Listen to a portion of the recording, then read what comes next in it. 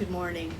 Today I'll be reading the parable of the Good Samaritan, which can be found in the book of Luke, chapter 10, verses 25 to 37.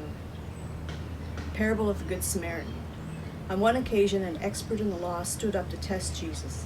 "Teacher," he asked, "what must I do to inherit eternal life?" "What is written in the law?" he replied. "How do you read it?"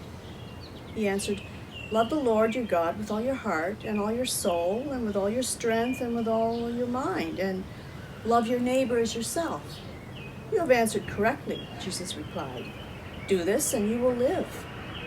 But he wanted to justify himself, so he asked Jesus, "And who is my neighbor?" In reply, Jesus said, "A man was going down from Jerusalem to Jericho when he fell into the hands of robbers. They stripped him of his clothes, beat him, and went away, leaving him half dead. A priest happened to be going down the same road, and when he saw the man, he passed by on the other side.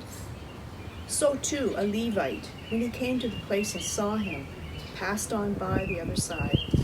But a Samaritan, as he traveled, came where the man was, and when he saw him, he took pity on him. He went to him and bandaged his wounds, pouring on oil and wine. Then he put the man on his own donkey, took him to an inn, and took care of him.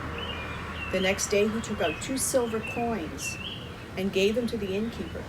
'Look after him,' he said, 'and when I return, I will reimburse you for any extra expense you may have.' Which of these 3 do you think was a neighbor to the man who fell into the hands of robbers?" The expert in the law replied, "The one who had mercy on him." Jesus told him, "Go and do likewise." May God add his blessing to this reading of his word.